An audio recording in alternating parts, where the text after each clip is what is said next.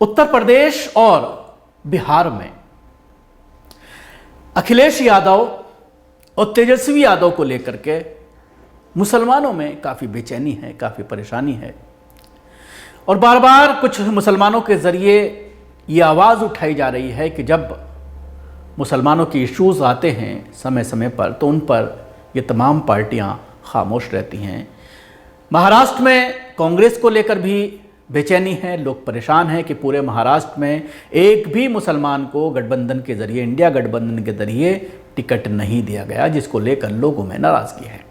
कुछ वीडियोस सामने आए हैं जिनको आपको मैं दिखाना चाहूँगा। एक वीडियो है सुपौल का, बिहार का, जहाँ पर सुपौल में ये दावा किया जा रहा है एक बुज़ुर्ग के ज़रिए कि हम तमाम जो लोग हैं, न सिर्फ इस शहर के सुपौल के बल्कि पंचायतों से लोग आए थे, बैठ कर के बात हुई और ये फैसला किया गया है कि तेजस्वी यादव यानी तेजस्वी यादव का जो कैंडिडेट है उसको वोट नहीं किया जाएगा।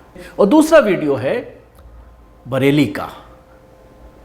पहले वीडियो की अगर हम बात करते हैं तो इसमें कहीं ना कहीं ऐसा नज़र आता है कि वाकई में ये कोशिश मुसलमानों के ज़रिए निराश होकर के, परेशान होकर के की जा रही है। लेकिन जहाँ तक बरेली का ताल्लुक़ है तो उस पर सवाल ये खड़ा हो रहा है कि अगर आप समाजवादी पार्टी यानी इंडिया गठबंधन के कैंडिडेट को टिकट वोट नहीं देंगे तो फिर क्या ये अपील की जा रही है बरेलवी के इन साहब के ज़रिए जो कैमरे के सामने खुल करके समाजवादी पार्टी अखिलेश यादव को लिटरली जो है कहा जा सकता है कि उनको बुरा भला कह रहे हैं, तो क्या फिर किसको वोट दिया जाए, ये एक बड़ा सवाल है।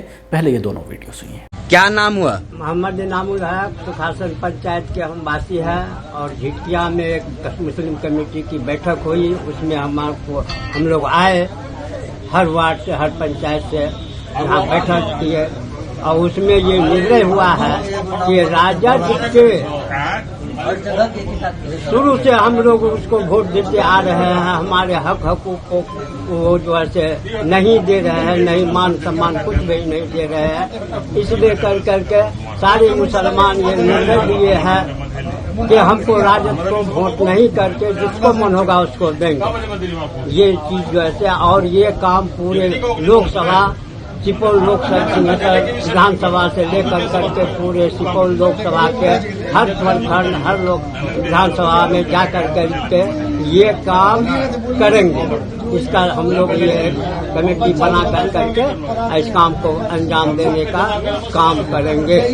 हजारों मुसलमान उलमाए किराम से सवाल कर रहे हैं कि वोट किसको दिया जाए। लोकसभा चुनाव की गहमा-गहमी है तो उलमाए किराम ने एक बैठक की, ऑल इंडिया मुस्लिम जमात से जो जुड़े हुए हैं उन लोगों ने फैसला किया कि जो मुसलमान इस बात के शशोपंज में शिकार हैं कि किसको वोट दिया जाए, किसको न दिया जाए, इस सिलसिले में फैसला किया है। उस फैसले की घोषणा हम आपके सामने करने जा रहे हैं। सबसे पहली बात यह है कि समाजवादी पार्टी के मुखिया अखिलेश यादव जी को दाढ़ी और टोपी से नफरत है। वो मुसलमानों के वोटों की तिजारत कर रहे हैं। उनको मुसलमानों का वोट चाहिए मगर मुसलमानों के मुद्दों और उनको मसाइल से कोई मतलब नहीं है। समाजवादी पार्टी के चुनाव सभा के स्टेजों से दाढ़ी टोपी कुर्ता पहनने वाले मुसलमानों को धक्के देके उतारा जा रहा है और खास तौर पर बरेली शहर में जो बरेली लोकसभा है, यहाँ के प्रत्याशी समाजवादी पार्टी के, उन्होंने मुसलमानों के मसाइल से पूरे 5 साल तक मुंह फेर के रखा और कहीं नहीं दिखे। बिजपेरी के मुसलमानों पर बिल्डोजर चलाया गया, पुराना शहर जोगी नवादा में मुहर्रम के जुलूस को रोका गया, इज्जत नगर मजार शाह नन्हे मियां पर नोटिस दिया गया डिमोलिशन के लिए। समाजवादी पार्टी के प्रत्याशी कहीं नहीं दिखे और इन तमाम मसाइल को बरेली के मुसलमानों ने और हम लोगों ने खुद हल किए।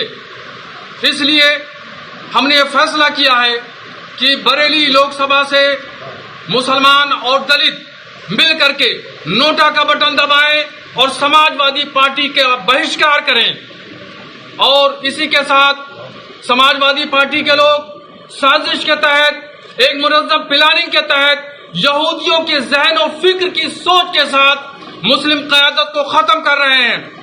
22 लोकसभा उत्तर प्रदेश में ऐसी हैं जहां पर मुसलमानों की बहुमत है, अक्सरियत है। इसके जब बावजूद भी गैर मुस्लिम लोगों को टिकट दिया गया हिंदुओं को टिकट दिया गया, मुसलमानों को टिकट नहीं दिया। ये जो दूसरा वीडियो है बरेली का, मौलाना शहाबुद्दीन रजवी, ये ऐसा लग रहा है कि ये भारतीय जनता पार्टी को फायदा पहुंचाने की इनके जरिए कोशिश की जा रही है।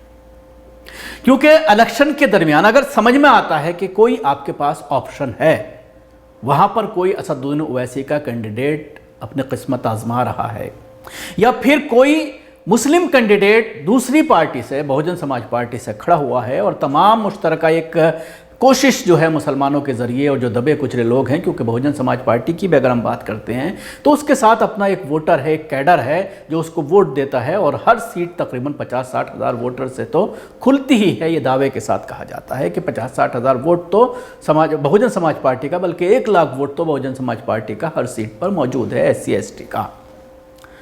तो उसके साथ अगर मुसलमान प्लस हो जाएं तो सीट को जीतता जा सकता है। लेकिन इस सीट की अगर हम पर्टिकुलर बात करें बरेली की, तो यहाँ पर कोई ऑप्शन नहीं है मुसलमानों के पास सिवाय इसके कि वो इंडिया गठबंधन को वोट दें, क्योंकि ना तो ओवैसी का कोई कैंडिडेट यहाँ पर है और ना ही बहुजन समाज पार्टी के ज़रिए कोई ऐसा कैंडिडेट उतारा गया है जिसका मुसलमान साथ दे।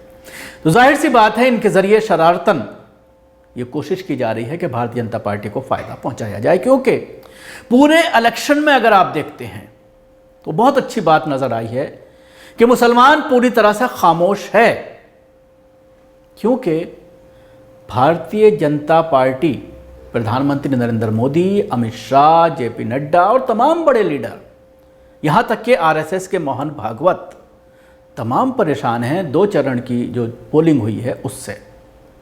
हालांकि वो अलग बात है कि अब इलेक्शन कमीशन जो डाटा दिया गया था पोलिंग डे के दिन, उससे बढ़ा करके अब डाटा दिया जा रहा है। जो 60-61% था वो अब 66% तक वोट जो है डाटा पहुंच गया है, और वो भी सिर्फ परसेंटेज में दिखाया जा रहा है, वोटर्स की संख्या नहीं दिखाई जा रही है। जिसको लेकर सवाल हो रहे हैं उसको लेकर मैं एक अलग से प्रोग्राम करूंगा, आपको पूरा डिटेल से बताऊंगा। लेकिन इस मामले की अगर हम बात करें तो ऐसे में बरेली के मुसलमानों को काफ़ी मोहतात रहने की ज़रूरत है, और सोच समझ करके ऐसे लोगों से दूर रहने की ज़रूरत है, और समझने की ज़रूरत है कि कौन हमारे यहाँ आस्तीन का सांप है और किस तरह से इस तरह की बातें करके किसको फ़ायदा पहुँचाना चाहता है। तो मैं बात कर रहा था कि इस पूरे इलेक्शन में किसी भी मुस्लिम उलमा इकराम के ज़रिए कोई अपील ना आना, ये दर्शाता है कि मुसलमान वाकई में इस इलेक्शन को लेकर के संजीदा है, और वो किसी भी तरह से भारतीय जनता पार्टी को कोई मौका देना नहीं चाहते जिसका इस्तेमाल कर वो मुसलमानों के ख़िलाफ़ प्रोपेगेंडा करें और हिंदुओं को एकजुट करने की कोशिश करें। क्योंकि अब मामला,